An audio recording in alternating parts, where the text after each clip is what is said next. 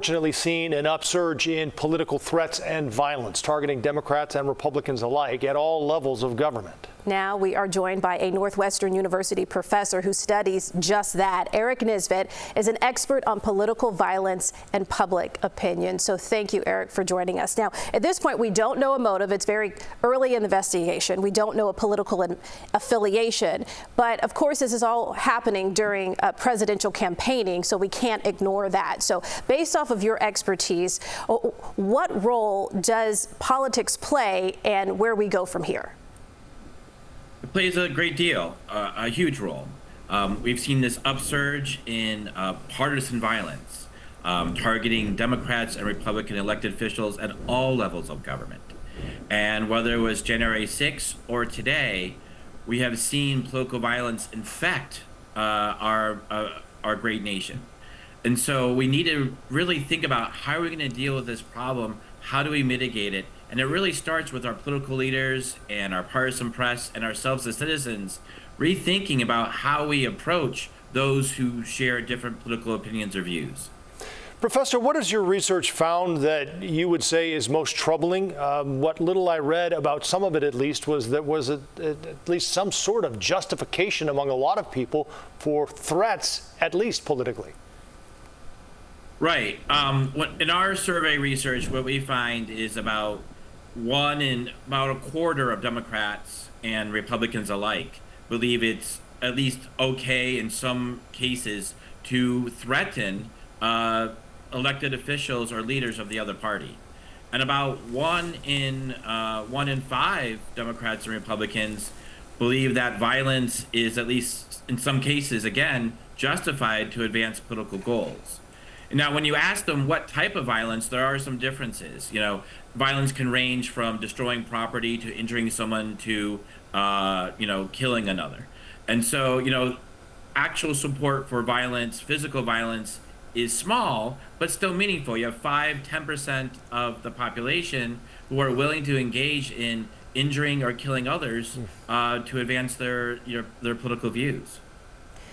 Professor, already we've seen the Biden campaign come out and say they're going to pause ads, at least for the immediate future. We did hear from former President Trump right after it, where he was saying fight, fight, fight. But then he also had some other words that were more neutral.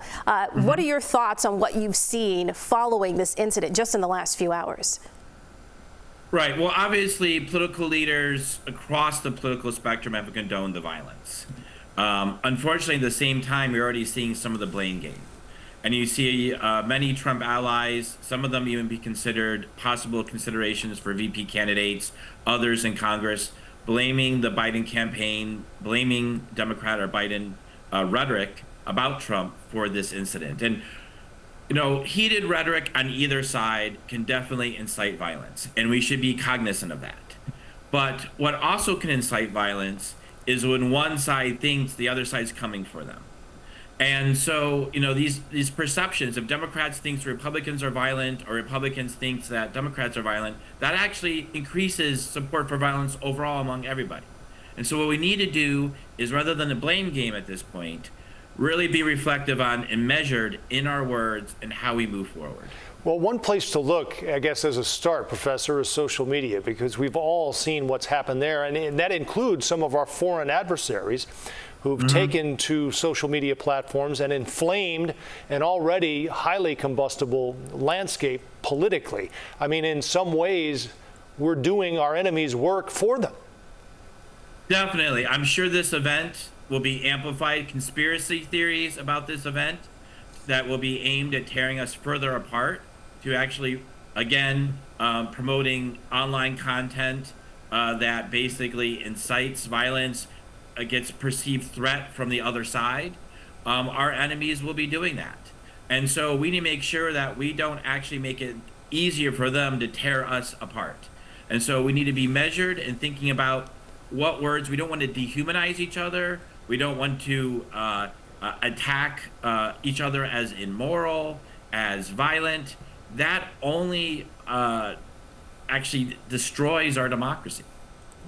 Professor, given that you've studied this for quite some time, is this moment in history unique? Or have you seen, of course, the rhetoric in social media, it's amplified in many ways, and we have not seen an assassination attempt like this in so long. But when you look back at history, are there other versions of this where you've seen change in the rhetoric following something dire like this?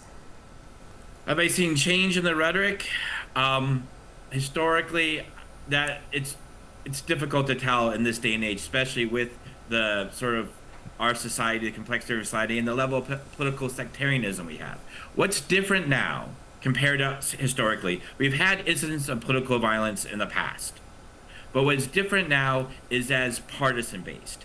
It's not political violence in general, it's not diffused, it's political violence based upon our identity as a Democrat or Republican. That's what we've seen over the last 8 years in threats targeting elected officials of all kinds, both parties, and of the violence and violent acts. So that is something that is very troubling when our politics, our political differences and who we are in terms of Republicans and Democrats devolves from voting to pulling a gun or a knife. So where do you think we go from here, Professor? I mean, we've already heard a lot of folks tonight saying we need to turn the rhetoric down. What do you think it will take to change to a point where we really do agree that we're all on the same team here, and while we might have political differences, it might be a rival, but you're not a political enemy? Right. Really, the violent rhetoric, it starts at the top.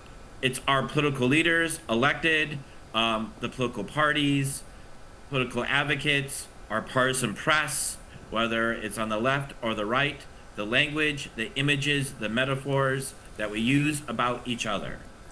That's where it needs to start. The research shows that media, and we talk about social media, but the partisan media is just as much to blame, if not more, in dehumanizing language, violent metaphors about each other. And that's where we really need to start. Well, Professor Erik Nisbet, thank you so much for joining us and lending your expertise tonight. Thank you very much.